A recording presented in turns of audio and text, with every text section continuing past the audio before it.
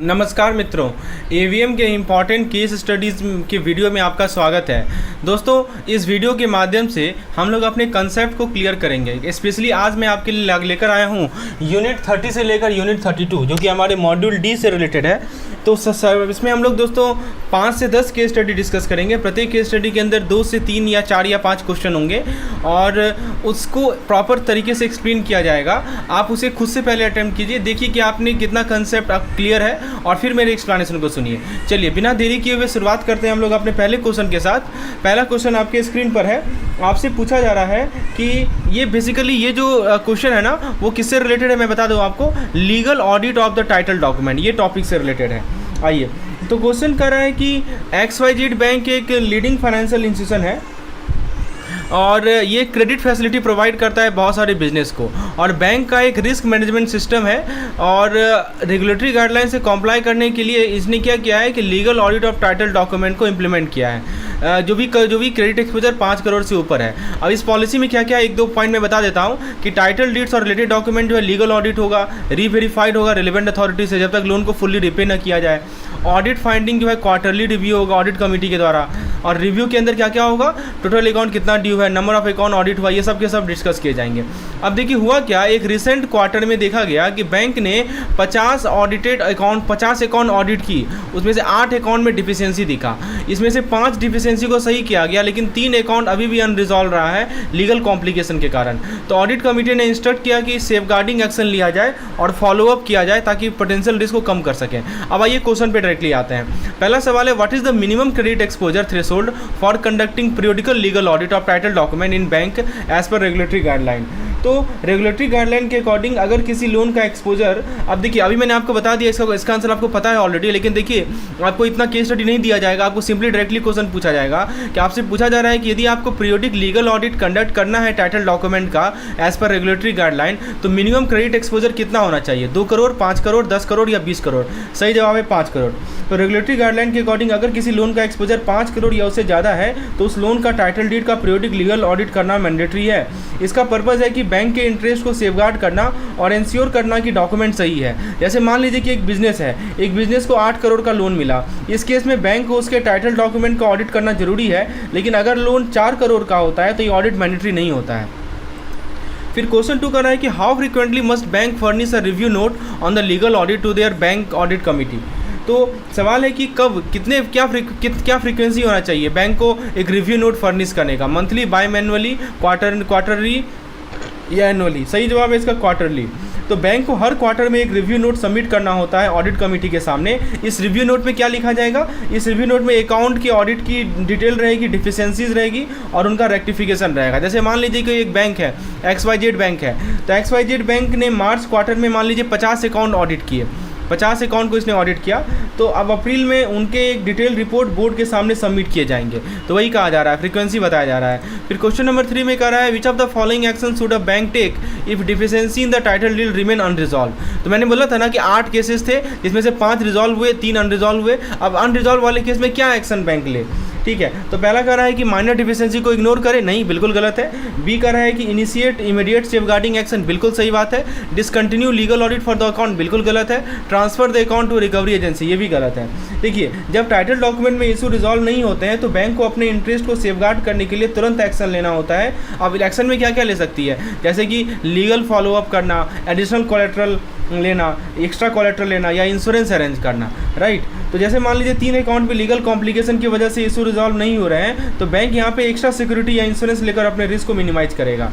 समझ में आ रहा है दोस्तों यह चीज़ आपको, ठीक है। और 4th क्वेश्चन है, देखिए एक कंसेप्ट है उसके बेसिस पे हम लोग 4 या 5 क्वेश्चन कर रहे हैं। अब अगला सवाल है कि जैसे हमने केस स्टडी में देखा था ना, अभी आपको बताया था, in the given scenario how many account were found to have unresolved deficiency. तो अभी मैंने बताया आपको कि 3 अकाउंट ऐसे थे जिसमें अनरिजॉल्व डेफिशिएंसी है। And what is the primary purpose of conducting periodical legal audit of title document. तो जो टाइटल डॉक्यूमेंट होता है इसका पीरियोडिक लीगल ऑडिट करवाया जाता है, इसका प्राइमरी पर्पज क्या है। तो आइए ऑप्शन को देखते हैं। पहला कह रहा है to comply with tax regulation, नहीं। टू रिड्यूस डॉक्यूमेंटेशन वर्क, नहीं। To minimize risk and safeguard of the bank interest, बिल्कुल सही। डी कर रहा है to monitor the profitability of loan, नहीं। देखिए लीगल ऑडिट का मेन पर्पज है कि बैंक अपने लोन पर सिक्योरिटी इंश्योर करे। अगर कोई टाइटल डीड में इशूज़ है तो उसे टाइमली आइडेंटिफाई और रिजॉल्व करे। तो अगर मान लीजिए टाइटल डॉक्यूमेंट फेक या इनकम्प्लीट है तो लोन रिकवरी में प्रॉब्लम हो सकती है। लीगल ऑडिट से ऐसे रिस्क अवॉइड करने में हेल्प मिलती है। तो अभी अगर हम लोग क्विकली रिकैप कर लें मेन पॉइंट को, चलिए कि सबसे पहला है कि लीगल ऑडिट जो है 5 करोड़ या उससे ज़्यादा के लोन के लिए मैंडेटरी है। एक बार रिकॉल कर लीजिए, लीगल ऑडिट 5 करोड़ या उससे ज़्यादा के लोन के लिए मैंडेटरी है। बैंक को क्वार्टरली रिव्यू बोर्ड को सबमिट करना होता है। फिर अगर इशू रिजॉल्व नहीं होते हैं तो सेफगार्डिंग एक्शन लेना बहुत ज़रूरी है, ठीक है। और उसके बाद पीरियोडिक लीगल ऑडिट का प्राइमरी पर्पज़ है बैंक के रिस्क को मिनिमाइज करना और इंटरेस्ट को प्रोटेक्ट करना। तो यहाँ तक आपको क्लियर हो गया, कोई दिक्कत तो नहीं होगी इसको समझने में। अब आपका एक बार रिवीजन भी हो गया। चलिए अगले सवाल की ओर बढ़ते हैं। दोस्तों यदि चीज़ें आपको क्लियर हो रही हैं तो एक लाइक जरूर कीजिएगा, क्योंकि इस प्रकार के कंटेंट और भी मैं आपके लिए लाऊंगा। आपका मैं पूरा AVM कंप्लीट कर दूंगा अच्छे अच्छे कंसेप्ट के साथ, कंसेप्चुअल क्लैरिटी आपको मिलेगी। चलिए अगला कंसेप्ट है, अगला क्वेश्चन आपके सामने है। आपसे पूछा जा रहा है कि आप ये देखिए, ये भी क्वेश्चन है हमारा, it is related to the ABC bank, right. इसमें देखते हैं क्या कर रहा है। ओके, आई थिंक ये भी क्वेश्चन उसी से रिलेटेड है। चलिए देखते हैं, पहले कॉन्सेप्ट को समझते हैं। तो लीगल ऑडिट से रिलेटेड है कि ABC बैंक है एक प्रोमिनेंट फाइनेंशियल इंस्टीट्यूशन है, वो रिगरस रिस्क मैनेजमेंट ऑब्टेन करती है और इसने पॉलिसी अडॉप्ट किया है कि वो 5 करोड़ के ऊपर के लिए लीगल ऑडिट करवाएगी, ठीक है। और आई थिंक ये क्वेश्चन रिपीट हो गया है, इसको हम स्किप कर रहे हैं। ये क्वेश्चन रिपीट हो गया है, let's skip this particular question. यहाँ राइजिंग बैंक के पास आते हैं। तो राइजिंग बैंक का क्वेश्चन बहुत इंटरेस्टिंग क्वेश्चन है। तो देखिए इसमें क्या बताया जा रहा है कि राइजिंग बैंक एक मिड साइज फाइनेंसिंग बैंक है, राइट।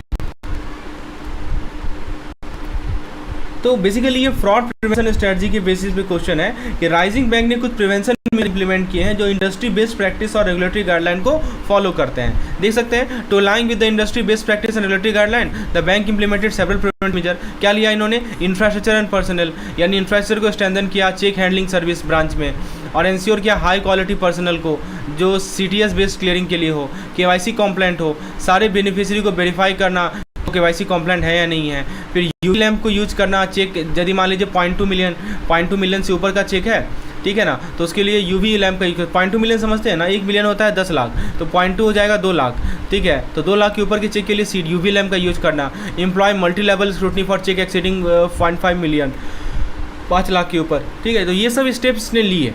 तो चलिए, तो अब देखिए हुआ क्या कि जो पहला मंथ इम्प्लीमेंटेशन था ना, उसमें बैंक ने 12 इंस्टेंस ऐसा देखा जहां फ्रॉड होने का चांस था, और 8 केसेस जो है UV लैम्प चेक से काउंट हुआ और 4 मल्टी लेवल स्क्रूटनी में।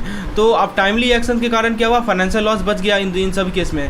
तो सवाल है, why it is important for beneficiary to be KYC compliant as per the bank preventive measure, क्यों जरूरी है, ठीक है। तो सबसे पहला ऑप्शन कर रहा है to comply with the income tax regulation. नहीं, इनकम टैक्स का कोई मतलब नहीं है KYC कॉम्प्लेंट का। To ensure that bank has recourse to the beneficiary, ये सही बात है। देखिए KYC कॉम्प्लेंस का मतलब है कि बैंक के पास कस्टमर की प्रॉपर आइडेंटिफिकेशन डिटेल हो। अगर कोई फ्रॉड या इरेगुलरिटी होती है तो KYC के माध्यम से बैंक बेनिफिशियरी के अगेंस्ट लीगल एक्शन ले सकता है। इसीलिए रिकोर्स मेंटेन करना बहुत ज़रूरी है। वही कह रहा है ना, has a recourse to ensure that the bank has a recourse to the beneficiary. Option C कर रहा है to speed up the cheque clearing process. Option D कर रहा है टू डिटेक्ट काउंटरफिट चेक। तो मान लीजिए किसी चेक फ्रॉड में बेनिफिशियरी ट्रेसेबल ना हो, तो ऐसे में बैंक के लिए फ्रॉड रिजॉल्व करना मुश्किल हो सकता है। To speed up cheque clearance process, नहीं। To detect the counterfeit cheque, ये भी नहीं होगा। तो बेसिकली पर्पज़ है कि बैंक का रिकोर्स बेनिफिशियरी में ये KYC कॉम्प्लाइंट होना बहुत जरूरी है। फिर कह रहा है कि in this scenario which specific preventive measure help detect the majority of the fraud case. तो अभी मैंने आपको बताया कि जो UV लैम्प वाला एग्जामिनेशन था, जितने भी चेक 2 लाख के ऊपर के चेक थे सभी को UV लैम्प का एग्जामिन किया गया। इससे क्या हुआ कि 6 फ्रॉड के केस बच गए, है ना। टोटल फ्रॉड में से 8 UV लैम्प से डिटेक्ट हुआ था, जो कि इसके इंपॉर्टेंस को हाईलाइट कर रहा है। तो UV लैम्प करता क्या है कि फेक चेक के हिडन डिटेल को हाईलाइट कर सकता है, जैसे कि वाटर मार्क या इंक रिलेटेड एनोमैली, समझे। तो ये सबसे बड़ा फायदा है UV लैम्प का। और ये याद रखिएगा, 2 लाख के ऊपर के चेक के लिए UV लैम्प मैंडेटरी कर गया है। फिर कह रहा है कि कौन सा एडिशनल एक्शन बैंक कंसिडर करे ताकि फ्रॉड प्रिवेंशन स्ट्रेटजी को इन्हांस करे। पहला कह रहा है lower the threshold of UV lamp examination to 0.1 million, automate the cheque clearing process entirely, implement predictive analysis to monitor transaction pattern, discontinue manual multi level security for check। नहीं, discontinue तो नहीं, option number C सही है। आपको predictive analytics को implement करना होगा। अब सवाल है कि ये प्रेडिक्टिव एनालिटिक्स होता क्या है। देखिए, प्रेडिक्टिव एनालिटिक्स एडवांस टेक्नोलॉजी का एक पार्ट है जो ट्रांजैक्शन पैटर्न एनालाइज करके अनयूजुअल एक्टिविटी आइडेंटिफाई कर सकता है। तो देखिए, ये ट्रांजैक्शन पैटर्न को पहले ये क्या करता है, एनालाइज करता है, और जैसे ये ट्रांजैक्शन पैटर्न को एनालाइज करेगा ना, तो ये बता देगा आपको कि अनयूजुअल एक्टिविटीज़ क्या क्या हो सकती हैं। It will tell you the unusual activity, right. तो यही फ़ायदा है प्रेडिक्टिव एनालिसिस का। जैसे मान लीजिए कि AI based predictive tool identify कर सकते हैं कि किस अकाउंट में सडन हाई वैल्यू ट्रांजैक्शन हो रही है जो फ्रॉड का इंडिकेशन हो सकता है, राइट। तो हमने 2 क्वेश्चन अभी देखे, ये दोनों क्वेश्चन में हमने क्या सीखा वो जरा देख लीजिए। हमने ये देखा कि बैंक को एफिशिएंसी और फ्रॉड डिटेक्शन के बीच बैलेंस करना जरूरी है। हर प्रिवेंटिव मेजर का कॉस्ट इफेक्टिवनेस और इम्पैक्ट एनालिसिस करना चाहिए। हाई रिस्क अकाउंट या ट्रांजैक्शन पर मॉनिटरिंग रिसोर्सेज फोकस करनी चाहिए। और यूबीएलएम का तो मैंने आपको एग्जांपल समझा ही दिया। तो होपफुली ये कंसेप्ट क्लियर हो गया होगा। दोस्तों, आपके साथ जो मैं कंटेंट शेयर कर रहा हूँ ये हमारे एवीएम के कैप्सूल कोर्स का पार्ट है।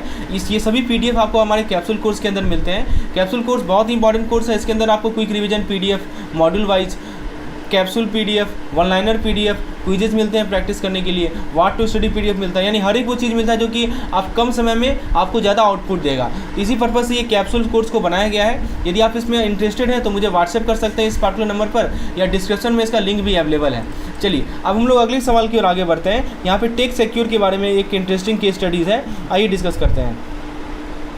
तो देखिए, टेक सिक्योर आईएनसी एक फिशिंग ईमेल के चक्कर में रैंसमवेयर अटैक का शिकार हुआ है। तो देखिए, हुआ क्या कि एक ग्रोइंग टेक्नोलॉजी फर्म था और ये सिक्योर डिजिटल सॉल्यूशन ऑफर करता है। लेकिन एक दिन इसके एम्प्लॉय एलेक्स ने एक ईमेल रिसीव किया जो कि लग रहा था ट्रस्टेड वेंडर से। ईमेल में एक अटैचमेंट था जो कि अर्जेंट इनवॉइस .pdf था। बिना सोचे हुए एलेक्स ने इस पर क्लिक किया। उसी के बाद एलेक्स का कंप्यूटर स्क्रीन एक चिलिंग मैसेज दिखाता है, your file has been encrypted, pay 5 bitcoin within 48 hour to regain access. अब एलेक्स ने आईटी टीम को इन्फॉर्म किया और उसने डिस्कवर किया कि रैंसमवेयर, जिसका नाम है क्रिप्टो रैंसम एक्स ने उसने क्रिटिकल प्रोजेक्ट फाइल को इनक्रिप्ट कर लिया है, इंक्लूडिंग क्लाइंट डेटा। अब आईटी इन्वेस्टिगेशन में देखिए क्या क्या पॉइंट आया कि रैंसमवेयर एक फिशिंग ईमेल अटैचमेंट से आया, कंपनी एड सर्वर को कॉम्प्रोमाइज़ किया गया, डिस्प्ले किया गया मैलिशियस एडवर्टाइजमेंट जो कि दूसरे डिवाइस को भी अफेक्ट किया है। तो सवाल है, what was the primary method of ransomware infection in the Alex case. मतलब कि एलेक्स के केस में रैंसमवेयर इन्फेक्शन का प्राइमरी मेथड क्या था। पहला कह रहा है विजिटिंग अ लेजिटिमेट वेबसाइट, नहीं, चेकिंग, यस करेक्ट। देखिए, एक मैलिशियस ईमेल अटैचमेंट था जिस पे एलेक्स ने क्लिक किया और फिर जाके उसके कंप्यूटर में ये रैंसमवेयर इन्फेक्शन हुआ। तो रैंसमवेयर का एंट्री पॉइंट क्या है, एलेक्स का फिशिंग ईमेल है। जब एलेक्स ने अर्जेंट इनवॉइस पीडीएफ को ओपन किया तब मैलिशियस कोड सिस्टम में एग्जीक्यूट हो गया। यह सिनेरियो हमें सस्पिशियस ईमेल ओपन करने वक्त केयरफुल रहने की इंपॉर्टेंस समझाता है। तो ऑप्शन नंबर बी जो है हमारा सही जवाब है। बाकी ऑप्शन देखने की कोई आवश्यकता ही नहीं है। और क्वेश्चन 2 कर रहा है, what is the key feature of crypto ransomware. ठीक है, तो देखिए, क्रिप्टो रैंसमवेयर की खासियत पूछी जा रही है। पहला कह रहा है, it lock the user out of their computer entirely, नहीं, it encrypt file rendering them inaccessible to user. हाँ, ये सही है। देखिए, ये क्या करता है कि क्रिप्टो रैंसमवेयर की खासियत यह है कि ये यूज़र की इंपॉर्टेंट फाइल को इनक्रिप्ट कर देता है। जब तक रैंसम पे नहीं होता है तो वो फाइल एक्सेस नहीं की जा सकती है। तो इसीलिए इस वजह से यह रैंसमवेयर टाइप सबसे डैमेजिंग होते हैं। मतलब आपके कंप्यूटर में फाइल है, आप उसे यूज नहीं कर सकते क्योंकि उसको इनक्रिप्ट कर लिया गया है। चलिए, अब सवाल है कि इनमें से कौन सा प्रिवेंटिव मेजर सबसे बेस्ट होगा, सबसे इफेक्टिव होगा टेक सिक्योर आईएनसी के लिए। पहला कह रहा है रेगुलर, अब देखिए प्रॉब्लम है तो सॉल्यूशन भी तो होना चाहिए। तो पहला कह रहा है regularly updating software and patching vulnerability, हाँ ये भी है। फिर कह रहा है installing ad blocker on all employee device, ये भी सही है। Training employee to recognize phishing email, ये भी सही है। ऑप्शन नंबर डी परफेक्ट है, all of the above is correct, right. तो हमने यहाँ से क्या देखा कि रैंसमवेयर अटैक को प्रिवेंट करने के लिए एक मल्टी लेयर डिफेंस अप्रोच जरूरी है। सॉफ्टवेयर अपडेट वल्नरेबिलिटी को फिक्स करते हैं। सॉफ्टवेयर को यदि आप अपडेट करेंगे तो वल्नरेबिलिटी फिक्स होता है। एड ब्लॉकर मेल एडवर्टाइजिंग रोक सकते हैं और फिशिंग ट्रेनिंग एम्प्लॉय को अलर्ट बनाता है। ठीक है, तो एलेक्स ने मान लीजिए फिशिंग ट्रेनिंग अटेंड की होती तो वह सस्पिशियस ईमेल को पहचान कर अवॉइड करता। तो हमने क्या देखा, सबसे पहला कारण होता है ह्यूमन एरर, यानी एक फिशिंग ईमेल का प्राइमरी टारगेट एम्प्लॉय होते हैं। कंपनी को रेगुलर ट्रेनिंग और अवेयरनेस प्रोग्राम कंपनी चलानी चाहिए ताकि एम्प्लॉय गलती से भी मैलिशियस लिंक की अटैचमेंट ना खोले। फिर एक आता है लेयर डिफेंस, यानी एक सिंगल सिक्योरिटी मेजर काफ़ी नहीं होता, regular update, advance detection tool, ये सब इंपॉर्टेंट है। और फाइनली आता है एथिकल डिलेमा, यानी रैंसम पे करना एथिकली और प्रैक्टिकली दोनों तरह से प्रॉब्लमेटिक है। राइट। तो ये चीज़ हमें ध्यान रखना है। रैंसम वेयर से रिलेटेड एक सवाल था, बहुत इंटरेस्टिंग सवाल है। अब आइए हम लोग अगले सवाल की ओर बढ़ते हैं। सोफिया से रिलेटेड एक क्वेश्चन है। तो देखिए, सोफिया जो एक ऑनलाइन शॉपिंग वेबसाइट ब्राउज कर रही है, जहाँ पे उसने नोटिस किया एक एडवर्टीजमेंट है जिसमें लिखा गया 50% ऑफ ऑन ऑल गैजेट, ठीक है। अब उसको अच्छा लगा तो उसने उस ऐड पे क्लिक किया। तुरंत क्या हुआ कि कंप्यूटर जो है अनयूजुअली स्लो हो गया और एक पॉपअप अपीयर हुआ उसके स्क्रीन पर। आईटी टीम ने बाद में पता किया कि एडवर्टीजमेंट जो है माल एडवर्टाइजिंग था, जिसने मैलिशियस कोड इंजेक्ट कर दिया है उसके सिस्टम में। और दूसरा एम्प्लॉय रवि था, उसने एक फाइल को डाउनलोड कर लिया, इसका नाम था invoicedetail.exe, किसी ईमेल अटैचमेंट से। और फाइल था एक ट्रोजन वायरस, जिसने रवि के सिस्टम में बैकडोर इस्टेब्लिश कर दिया, जिससे अटैकर को अनऑथराइज एक्सेस मिल गया। अब ये दो केस है आपके सामने। तो सवाल है, which of the following best describe the method use by malicious ad in the Sophia case. अब सोफिया के केस में जो मैलिशियस ऐड था उसको कौन सा ऑप्शन बेस्ट डिस्क्राइब कर रहा है, आइए देखते हैं। तो सोफिया और रवि का केस आपको क्लियर है ना कि किस प्रकार से दोनों को डिसीव किया गया है। तो आइए देखते हैं। पहला कह रहा है कि ransomware that encrypt file and demand payment for decryption, ठीक है। नहीं, रैंसमवेयर का यहाँ तो बात नहीं हो रही। रैंसमवेयर तो पिछले केस में था जो हमने एलेक्स वाला केस देखा था। फिर कह रहा है malvertising where malicious code embedded in online, yes ये करेक्ट है। देखिए ये याद रखिएगा, मेलवर्टाइजिंग क्या होता है। मेलवर्टाइजिंग एक ऐसी टेक्निक है जिसमें मैलिशियस कोड को ऑनलाइन ऐड के थ्रू स्प्रेड किया जाता है। इसमें अक्सर यूजर का इंटरेक्शन भी ज़रूरी नहीं होता, फिर सिर्फ ऐड लोड होने से सिस्टम इन्फेक्ट हो सकता है। सोफिया के केस में यह मेलवर्टाइजिंग था, जिसमें ऐड के क्लिक करते ही मैलिशियस कोड एक्टिवेट हो गया, ठीक है। तो ये मेलवर्टाइजिंग क्या है दोस्तों? मेलवर्टाइजिंग एक डेंजरस अटैक है जिसमें ऑनलाइन ऐड के जरिए हार्मफुल कोड डिस्ट्रीब्यूट किए जाते हैं। इसका टारगेट अक्सर पॉपुलर वेबसाइट का ऐड नेटवर्क होता है। तो ऐड ब्लॉकर को इंस्टॉल करें, सिक्योर ब्राउजर का यूज़ करें जो मैलिशियस स्क्रिप्ट ब्लॉक करते हैं, ठीक है। तो फिर कर रहा है ऑप्शन सी, कर रहा है ट्रोजन वायरस। अब देखिए, फिर हम लोग थर्ड केस में आते हैं, रवि के केस में आते हैं। आइए देखते हैं, अगला सवाल है। सोफिया के केस में तो हमने देख लिया कि मेलवर्टाइजिंग था, और रवि के केस में क्या था कि ट्रोजन वायरस था, जो एक लेजिटिमेट फाइल का रूप में डिस्गाइज हो गया है। ट्रोजन का नाम होता है बैकडोर एक्सेस करना या सिस्टम को साइलेंटली कॉम्प्रोमाइज़ करना। इसको रोकना है तो सस्पिशियस अटैचमेंट को ओपन ना करें, ईमेल सेंडर वेरीफाई करें, स्पेशली अननोन सोर्स से आया ईमेल, ठीक है। तो ये देखा आपने, सोफिया और रवि की छोटी सी गलती उनके साइबर सिक्योरिटी को रिस्क पे डाल सकती है। इसलिए ऑनलाइन ब्राउजिंग और ईमेल अटैचमेंट के साथ हमेशा कॉशियस रहना चाहिए। ये बातें क्लियर हुई आपको? चलिए अब अमन के बारे में बात करते हैं। देखिए, अमन के बारे में क्या कहा जा रहा है ये डिस्कस करते हैं। तो बेसिकली ये फॉर्जरी और आईपीसी से रिलेटेड है। अमन एक बैंक एम्प्लॉय है, उसने डिस्कवर किया कि कस्टमर ने एक डॉक्यूमेंट सबमिट किया है जिसमें एक वैल्यूएबल प्रॉपर्टी का ऑनरशिप क्लेम है। तो डॉक्यूमेंट के अंदर एक फोर्स सिग्नेचर है प्रीवियस ऑनर का, जिसने जो मर गया है 1 साल पहले। इन्वेस्टिगेशन से पता चला कि डॉक्यूमेंट को क्रिएट किया गया ताकि फ्रॉडलेंट लीगल क्लेम बना सके उसके प्रॉपर्टी पे। और फिर स्क्रूटनी में देखा गया कि फॉर्जरी जो है एक इंडिविजुअल से लिमिटेड नहीं है, बहुत सारे इसमें इन्वॉल्व हैं और डॉक्यूमेंट को क्रिएट करने में, सबमिट करने में। फ्रॉडस्टर ने एंटीडेटेड किया डॉक्यूमेंट को ताकि लगे कि प्रॉपर्टी ट्रांसफ़र जो है ऑनर के डेथ से पहले हो गया है। अब सवाल है कि इनमें से कौन सा एक्शन, ठीक है, फॉर्जरी कंस्टिट्यूट करता है। तो सिनेरियो समझ में है ना कि डॉक्यूमेंट पर जो सिग्नेचर है वो पिछले ऑनर का है जो 1 साल पहले गुजर चुका है। फ्रॉडस्टर ने डॉक्यूमेंट को एंटीडेट किया है, यानी पुरानी डेट का दिखाने के लिए, या बैक डेट किया है। एक से ज़्यादा लोग इस फॉर्जरी में इन्वॉल्व थे, उन्होंने मिलकर ये डॉक्यूमेंट बनाया और सबमिट किया। तो कौन सा एक्शन लिया जा सकता है? पहला कह रहा है क्रिएटिंग अ फॉल्स कौन सा एक्शन जो है फॉर्जरी अंडर आईपीसी सेक्शन 463। तो 463 के अंदर आईपीसी सेक्शन की धारा के अंदर आता है। पहला कह रहा है creating a false document, yes बिल्कुल, जब एक फॉल्स सिग्नेचर बनाया गया या यूज़ किया जाए तो फ्रॉड कमिट करने के इंटेंट से, तो ये भी अब इसके अंदर आता है। फिर एक आता है बैक डेटिंग द डॉक्यूमेंट, जिसको हम लोग क्या बोलते हैं, एंटीडेट। एंटीडेट भी हमारा 463 आईपीसी के अंदर आता है। जब एक डॉक्यूमेंट की डेट को इंटेंशनली चेंज करके दिखाया जाए जो कि पहले की है, तो ये फ्रॉड में मटेरियली रिलेवेंट हो। ऑप्शन सी क्या कर रहा है? ऑप्शन सी कर रहा है multiple individual collaborating to produce and submit the false document. ये कह रहा है कि जब मल्टीपल इंडिविजुअल एक साथ मिलकर ये एक्ट परफॉर्म करते हैं तो सभी गिल्टी माने जाते हैं। तो ऑप्शन नंबर डी यहाँ पे परफेक्ट है इन सभी केसेस में दोस्तों फॉर्जरी के अंदर आता है। करेक्ट आंसर है ऑप्शन नंबर डी। तो हमने क्या देखा कि फॉर्जरी तभी कंसीडर होती है जब फ्रॉडलेंट इंटेंट हो और मिस रिप्रेजेंटेशन की वजह से किसी को नुकसान हो। अगर एक से ज़्यादा लोग मिलकर एक फोर्स डॉक्यूमेंट बनाते हैं तो सारे आईपीसी के तहत इक्वली रिस्पॉन्सिबल होते हैं। तो फ्रॉड डिटेक्शन और प्रिवेंटिव और डॉक्यूमेंट वेरिफिकेशन, राइट, ये बहुत इंपॉर्टेंट होता है। तो कस्टमर डॉक्यूमेंट और इन डेप्थ स्क्रूटनी करे, स्पेशली प्रॉपर्टी क्लेम जैसे सेंसिटिव केसेस में, राइट, ये इंपॉर्टेंट है। आगे बात करते हैं XYZ फाइनेंस लिमिटेड के बारे में। और ये जो सेक्शन नंबर 463 है ना, वो क्या करता है कि फॉर्जरी से बचने के लिए विजिलेंस और अवेयरनेस काफ़ी ज़रूरी है, ठीक है। अब हम लोग XYZ फाइनेंस लिमिटेड की बात करते हैं। बहुत इंटरेस्टिंग केस स्टडीज़ होने वाला है आपके लिए। तो देखिए NBFC कंपनी से रिलेटेड हम लोग डिस्कस करने वाले हैं XYZ फाइनेंस लिमिटेड के बारे में। तो XYZ फाइनेंस लिमिटेड जो कि एक मिडिल लेयर NBFC है। कैसा लेयर NBFC है? ML मतलब मिडिल लेयर, ठीक है। और अपनी क्रेडिट और इन्वेस्टमेंट एक्सपोजर लिमिट को नए गाइडलाइंस के अकॉर्डिंगली रिव्यू कर रहा है, ठीक है। नया गाइडलाइन क्या कहता है वो देखिए। तो इसमें कहा जा रहा है कि जो सिंगल बॉरोवर है, मैं आपको नया गाइडलाइन सुनाता हूँ।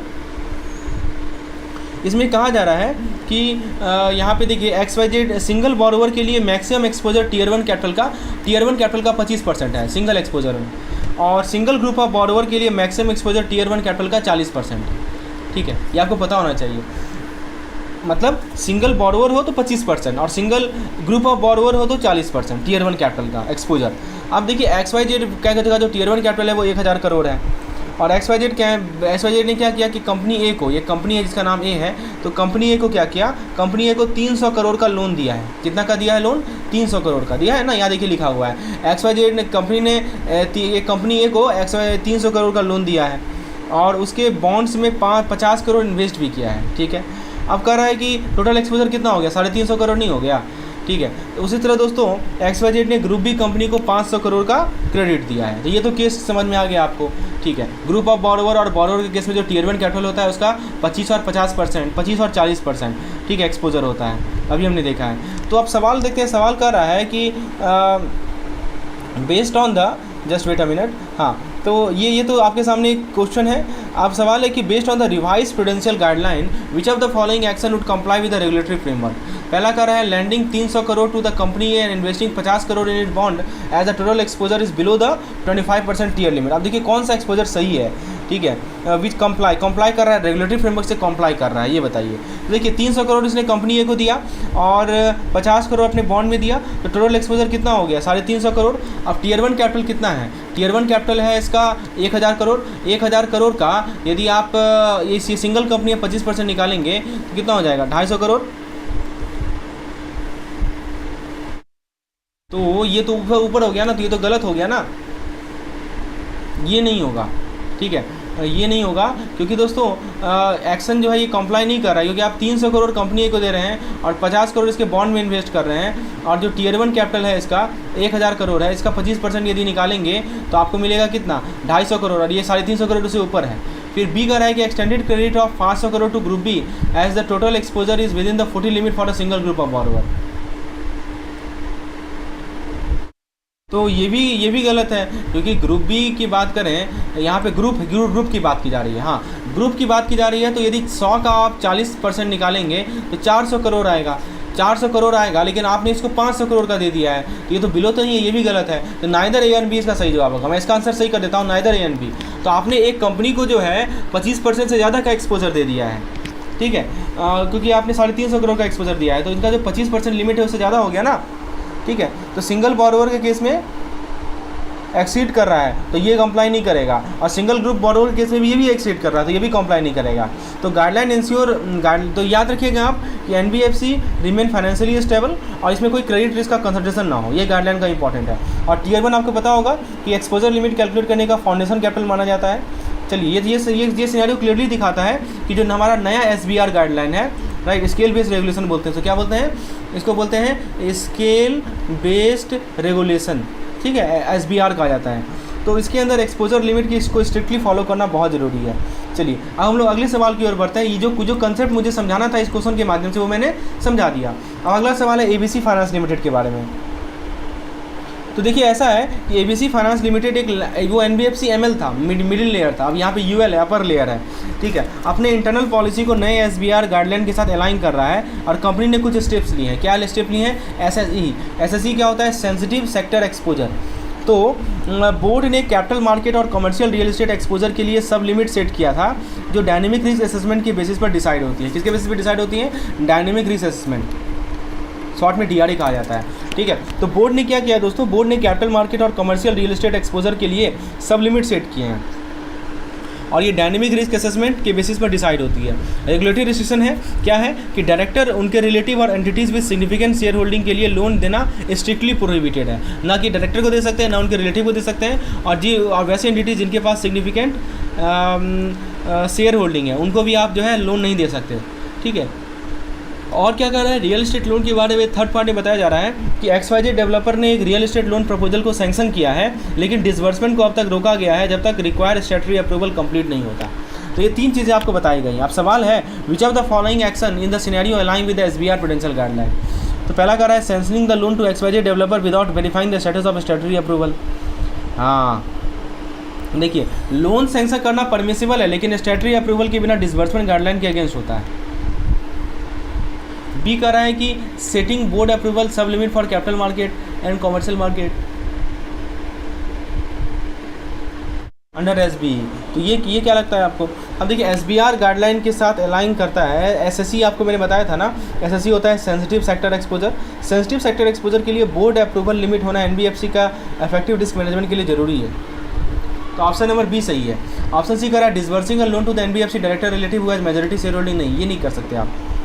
डायरेक्टर उनके रिलेटिव और उनके लिंक्ड एंटिटीज़ को लोन देना सख्त मना है। अंडर SSE क्या होता है? Sensitive sector. देखिए, सेंसिटिव सेक्टर को मैनेज करने के लिए SSE जैसे कि हैवी रिस्क सेक्टर के लिए बोर्ड अप्रूव्ड सब लिमिट होना कॉम्प्लायंस और रिस्क मिटिगेशन के लिए ज़रूरी है। और स्ट्रिक्ट प्रोहिबिशन मैंने आपको बता दिया, डायरेक्टर को उनके लिंक एंटिटीज़ के लिए लोन देना स्ट्रिक्टली नो है अंडर SBR गाइडलाइन, मैंने पहले बताया है ना, आप उसको नहीं दे सकते। उसके बाद अप्रूवल बेस्ड डिसबर्समेंट, यहाँ देखिए लिखा जा रहा है disbursing fund for XYZ developer project despite pending government approval. नहीं, जब तक गवर्नमेंट अप्रूवल नहीं मिले कैसे आप डिसबर्स कर सकते हैं? ये भी नहीं पॉसिबल है। तो लोन डिसबर्समेंट स्टैट्यूटरी अप्रूवल के बिना नहीं होनी चाहिए, चाहे बिजनेस टाइमलाइन पर प्रेशर हो। तो यह केस स्टडी NBFC के लिए कॉम्प्लायंस और गवर्नेंस के इंपॉर्टेंस को हाईलाइट करता है।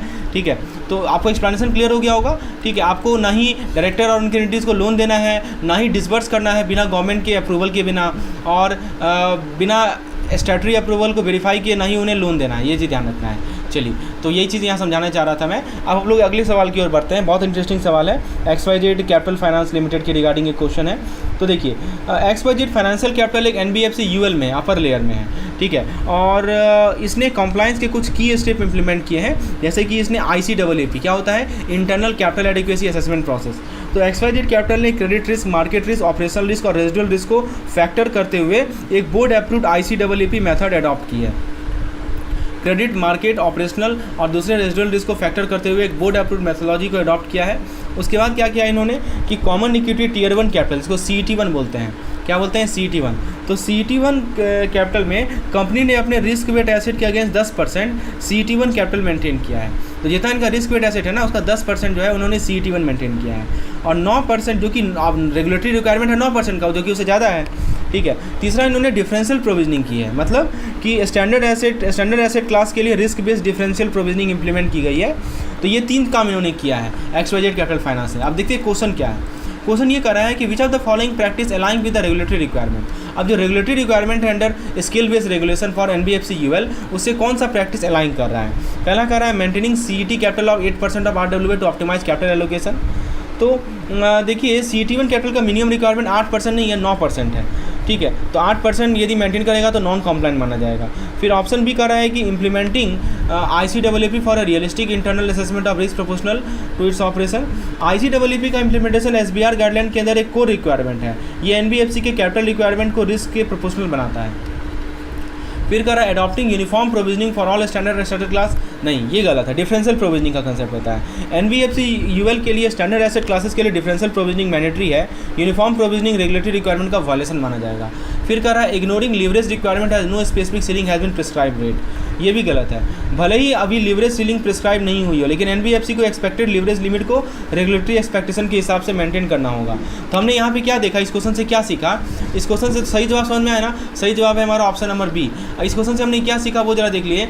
हमने ये देखा कि CET1 कैपिटल और ICAAP जैसे प्रैक्टिस इंश्योर करते हैं कि कंपनी की risk taking capacity ratio proportionate हो, और हर स्टैंडर्ड एसेट क्लास का रिस्क लेवल अलग होता है और प्रोविजनिंग अकॉर्डिंगली करना जरूरी है।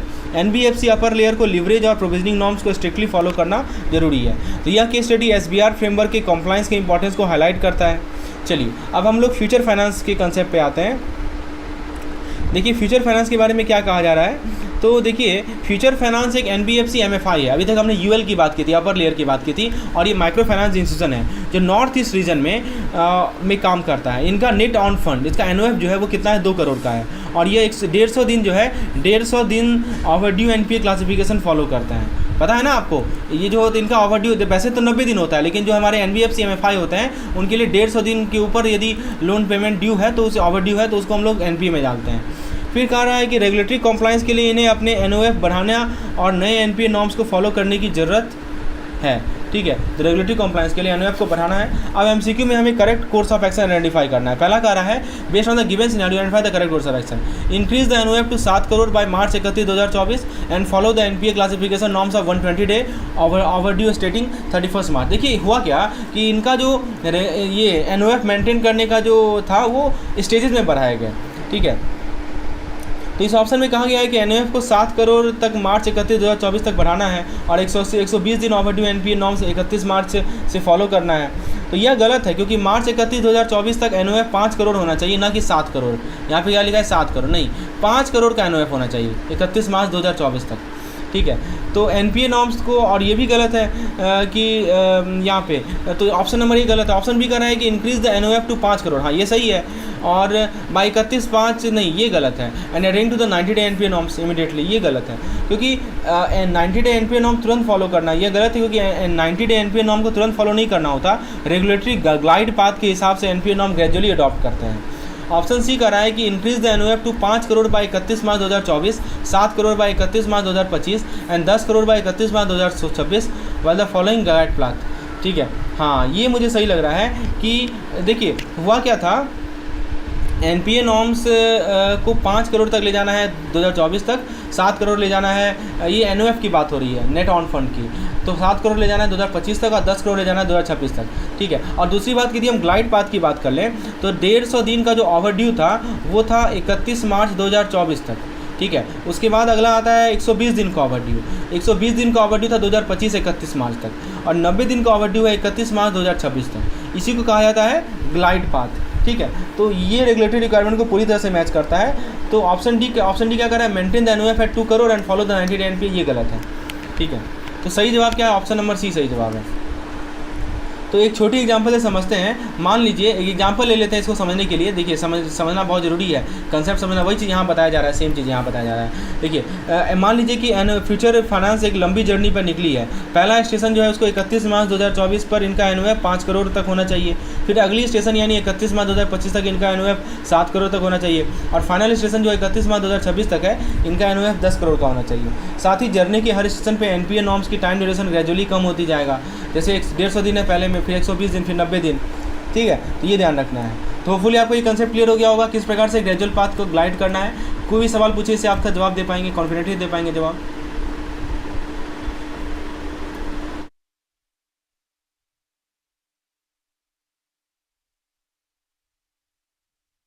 अब हम लोग बात करते हैं प्राइम लेंडिंग सॉल्यूशन। ठीक है, पीएलएस के बारे में।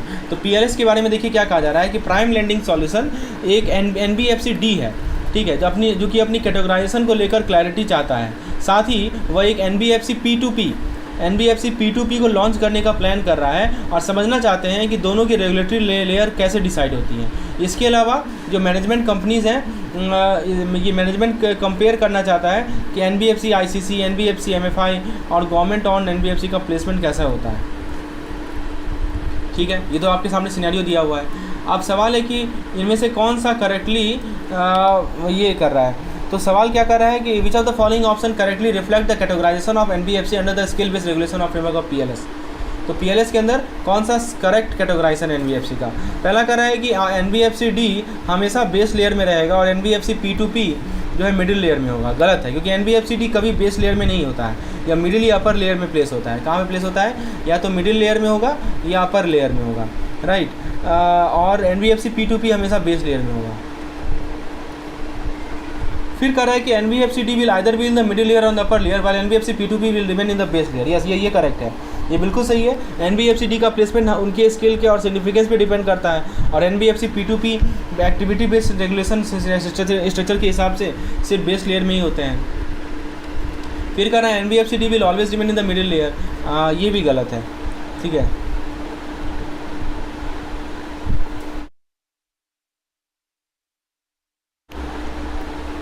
ऑप्शन डी क्या कर रहा है, ऑप्शन डी कहता है कि गवर्नमेंट ऑन एनबीएफसी बेस या मिडिल लेयर में हो सकती हैं, पर अभी के लिए अपर लेयर में नहीं रह सकती।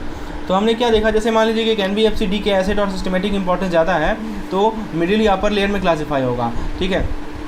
क्योंकि एनबीएफसी डी जो है ना, इसका एसेट साइज और सिस्टमेटिक इंपॉर्टेंस ज़्यादा है। फिर जो P2P होता है उसका peer to peer lending activities में इंगेज होता है, ठीक है। तो इसमें क्या है, इसमें काम करता है पीयर टू पीयर लैंडिंग में, तो हमेशा बेस लेयर में रहेगा। और जो आईसीसी होता है, आईसीसी क्या होता है, आईसीसी होता है हमारा इंस्टीट्यूशन, जैसे लेयर में प्लेस होते हैं जो उनकी साइज़ और इम्पैक्ट के हिसाब से होता है। तो एनबीएफसी का डी का कैटेगराइजेशन मिडिल या अपर लेयर में, एनबीएफसी आईसीसी बेस मिडिल या अपर लेयर में हो सकता है, गवर्नमेंट और एनबीएफसी सिर्फ बेस या मिडिल लेयर में हो सकता है, अपर लेयर में नहीं होगा। ये आपको पता होना चाहिए कि कौन सा एनबीएफसी कौन से लेयर में होता है। फिर से मैं बता दूं, तो यदि डी की बात करें तो एनबीएफसी डी जो है वो क्या है, एनबीएफसी डी जो है मिडिल और अपर।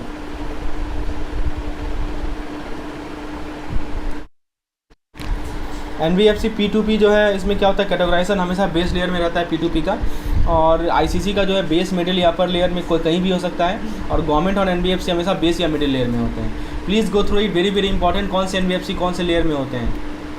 और वही चीज़ यहाँ पे आप देख सकते हैं, इस पर्टिकुलर स्लाइड में बताया गया है। चलिए अगले सवाल की ओर बढ़ते हैं, जो कि मैक्स फाइनेंस से रिलेटेड है। तो क्या कहा जा रहा है ये देखते हैं। कहा जा रहा है कि मैक्स फाइनेंस एक नॉन डिपॉजिट टेकिंग एनबीएफसी है जो peer to peer lending platform के रूप में काम करता है, और इसका एसेट साइज 900 करोड़ है। यहाँ देखिए लिखा गया है पीयर टू पीयर लैंडिंग के रूप में काम कर रहा है, एसेट साइज 900 करोड़ है। अब क्या कर रहा है कि ये टाइटन कैपिटल एक डिपॉजिट टेकिंग एनबीएफसी डी है। टाइटन कैपिटल जो है एक डिपॉजिट टेकिंग, डी मतलब डिपॉजिट होता है ना, तो टाइटन कैपिटल एक डिपॉजिट टेकिंग एनबीएफसी है जिसका एसेट साइज 1200 करोड़ है। इसे आरबीआई ने टॉप 10 एलिजिबल एनबीएफसी में कैटेगराइज किया है। किसको, टाइटन को, ठीक है। अभी मैंने डी के बारे में आपको बताया था कि एनबीएफसी डी जो है हमारे मिडिल लेयर अपर लेयर में होते हैं।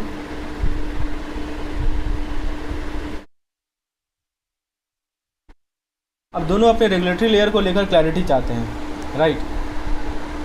तो अब देखते हैं रेगुलेटरी लेयर के अंदर क्या क्लैरिटी चाहिए, किस प्रकार का क्लैरिटी चाहिए। पहला ऑप्शन कह रहा है कि मैक्स फाइनेंस बेस लेयर में रहेगा और टाइटन कैपिटल हमेशा मिडिल लेयर में रहेगा। तो मैं देखिए मैक्स फाइनेंस के बारे में क्या कर रहा है कि वो P2P है और डी और टाइटन कैपिटल डी है, तो कह रहा है कि मैक्स फाइनेंस जो है बेस लेयर में रहेगा, ठीक है। तो देखिए यह गलत है, क्योंकि टाइटन कैपिटल टॉप 10 एनबीएफसी में होने की वजह से अपर लेयर में चला जाएगा, क्योंकि टॉप 10 में लिखा गया ना, तो टॉप 10 में आ जाएगा, टॉप 10 एलिजिबल एनबीएफसी में आ जाएगा, तो वो अपर लेयर में जाएगा, मिडिल लेयर में नहीं आएगा। बी ऑप्शन कर रहा है कि मैक्स फाइनेंस जो है हमारा मिडिल लेयर में रहेगा और टाइटन कैपिटल जो है अपर लेयर में रहेगा। हाँ ये सही लगता है। ये भी गलत है, क्योंकि मैक्स फाइनेंस एक P2P प्लेटफॉर्म है मैक्स फाइनेंस, ये क्या है P2P, डी नहीं है, और ये डी है, तो ये तो डी तो चला गया अपर लेयर में, लेकिन P2P बेस लेयर में होता है, चाहे उनका एसेट साइड कुछ भी हो। ऑप्शन सी में कह रहा है कि Max finance will fall in the base layer, बिल्कुल सही बात है। And title capital will be in the upper layer because RBI specifically, हाँ ये बिल्कुल सही है। तो जो टॉप एलिजिबल एनबीएफसी होते हैं ना, 10 टॉप एलिजिबल एनबीएफसी, उनको अपर लेयर में डाला जाता है, आपको पता होना चाहिए। तो इसीलिए ऑप्शन नंबर सी क्या होगा हमारा, करेक्ट होगा।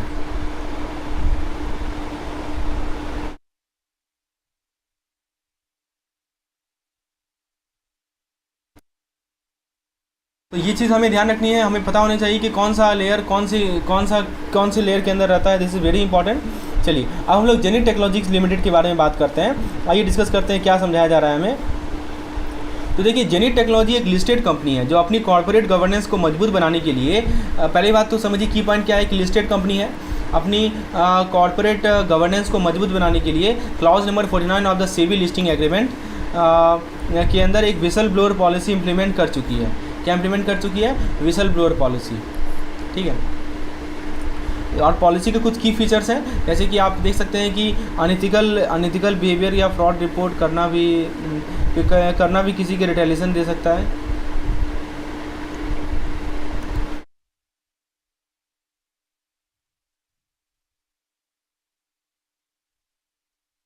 फिर कह रहा है कि विसल ब्लोअर को सेफगार्ड करना। थर्ड कह रहा है कि ऑडिट कमेटी के चेयरमैन को सीरियस कंसर्न के लिए डायरेक्ट एक्सेस करना, राइट। ये सब इसके देखिए यहाँ लिखा गया है ना, access to the chairman of the audit committee, whistle blower को सेफगार्ड करना, और पीरियोडिक रिव्यू ऑडिट कमेटी के द्वारा। तो पर प्रॉब्लम यह है कि कंपनी के एम्प्लॉय को इस पॉलिसी के बारे में पता ही नहीं है। ऑडिट कमेटी ने इस कम्युनिकेशन गैप को आइडेंटिफाई किया और इसे एड्रेस करने का प्लान बनाया, ठीक है ना। उसको पता ही नहीं, कंपनी के किसी एम्प्लॉय को नहीं पता इस क्लॉज के बारे में, ठीक है, विसल ब्लोअर पॉलिसी के बारे में। ठीक है। पॉलिसी के अंदर क्या है कि अनएथिकल बिहेवियर को प्रैक्टिस करना, तो ये कम्युनिकेशन गैप ऑडिट कमेटी ने देखा और फिर क्या किया, उसमें स्टेप लिए। तो पहला सवाल है, based on the whistle blower policy guideline under clause 39 which of the following action must Genuine Technology take to address the identified gap. कौन सा एक्शन ले? ऑप्शन नहीं कहता है कि जो employee whistle blower mechanism use नहीं करते उन्हें टर्मिनेट कर दिया जाए, ये कह रहा है टर्मिनेट एम्प्लॉय। तो क्या लगता है ये गलत है, क्योंकि क्लॉज 49 कहता है कि विसल ब्लोअर एक वॉलंटरी मैकेनिज्म होना चाहिए। क्या होना चाहिए? वॉलंटरी। और जब मैं वॉलंटरी बोलता हूँ तो मतलब स्वेच्छा से, ऐसा नहीं कि कोई कंपल्सन है। टर्मिनेशन का क्लॉज तो इस पॉलिसी के एसेंस के खिलाफ है। ऑप्शन भी कह रहा है ensure the mechanism is clearly communicated to all employee and reviewed periodically by the audit committee. हाँ, ये सही है। तो इसमें क्या कहा जा रहा है कि एक ये इंश्योर करना, ऑप्शन भी कहता है कि पॉलिसी को क्लियरली कम्युनिकेट किया जाए और ऑडिट कमेटी उसका पीरियडिक रिव्यू करे। बिल्कुल सही है। क्लॉज नंबर 49 को गाइडलाइन के मुताबिक पॉलिसी का इफेक्टिविटी तभी बढ़ता है, कब बढ़ता है, जब एम्प्लॉय को इसके बारे में प्रॉपर अवेयरनेस हो। ऑप्शन सी कर रहा है कि restrict access to whistle blower mechanism to senior management वाली। नहीं, ये गलत है, क्योंकि क्लॉज 49 इंक्लूसिविटी प्रमोट करता है। क्या प्रमोट करता है? एक कीवर्ड आप याद रखिएगा, इंक्लूसिविटी। इंक्लूसिविटी का मतलब कि इसका एक्सेस हर एक एम्प्लॉय को मिलना चाहिए, विसल ब्लोअर पॉलिसी का। ऑप्शन डी कर रहा है remove the provision of for the direct access of the chairman of audit. ये भी गलत है, ठीक है, क्योंकि यह फीचर उन सिचुएशन के लिए क्रिटिकल है जिसमें सीनियर मैनेजमेंट खुद इन्वॉल्व हो। ठीक है, तो हमने क्या देखा, इसका सही जवाब क्या है? ऑप्शन नंबर डी सही जवाब है।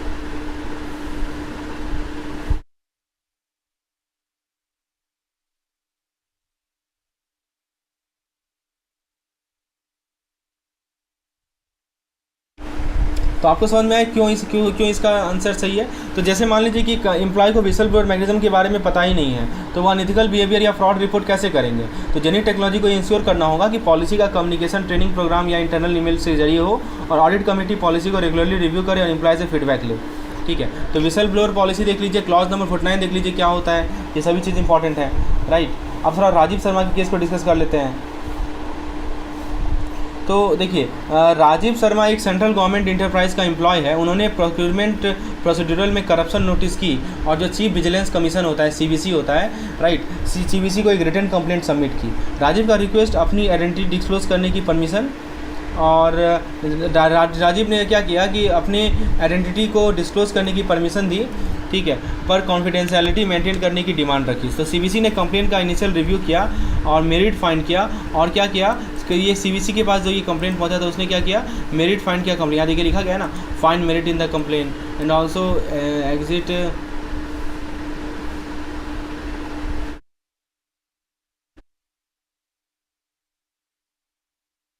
तो राजीव का रिक्वेस्ट समझ में आ ही गया आपको कि अपनी आइडेंटिटी डिस्क्लोज करने की परमिशन दी, और सीबीसी ने कंप्लेंट का इनिशियल रिव्यू किया, एडिशनल डिटेल राजीव से मांगी, हेड ऑफ द डिपार्टमेंट से एक्सप्लेनेशन कॉल किया। देखिए ये सब काम सीबीसी ने किया है, हेड ऑफ डिपार्टमेंट से कॉल लिया, और फिर सीबीआई को इन्वॉल्व करते फर्दर इन्वेस्टिगेशन स्टार्ट की। तो राजीव की आइडेंटिटी कॉन्फिडेंशियली रखी गई। तो सवाल है कि क्वेश्चन पे आते हैं। क्वेश्चन कर रहा है कि which of the following action aligning with the PIDPI. PIDPI क्या होता है? Public interest disclosure and protection of the informal regulation 2004 in the handling Rajiv complaint. Option ये कहता है कि सीबीसी ने सीनियर ऑफिसर के नाम सुनते ही कंप्लेंट रिजेक्ट कर दी। अब क्या लगता है कि CBC reject Rajiv complaint because it involve senior officer? ये गलत है, क्योंकि पीआईडीपीआई गाइडलाइन के अकॉर्डिंग सीबीसी कंप्लेंट को इन्वेस्टिगेट करता है, चाहे वो सीनियर ऑफिसर के अगेंस्ट ही क्यों ना हो। ये गलत है। फिर कह रहा है the CBC investigate the complaint but reveal Rajiv identity to the accused officer for transparency. तो राजीव का आइडेंटिटी रिवील कर दी, यह भी गलत है। पीडीपीआई का एक मेन पिलर है कॉन्फिडेंशियलिटी, विसल ब्लोअर पॉलिसी की आइडेंटिटी को बिना यूजर परमिट किए रिवील नहीं कर सकता, ये भी गलत है। ऑप्शन सी कह रहा है the CBC accept the detail complaint, seek additional information ensure confidentiality and involve the CBI in investigation. ये सही है।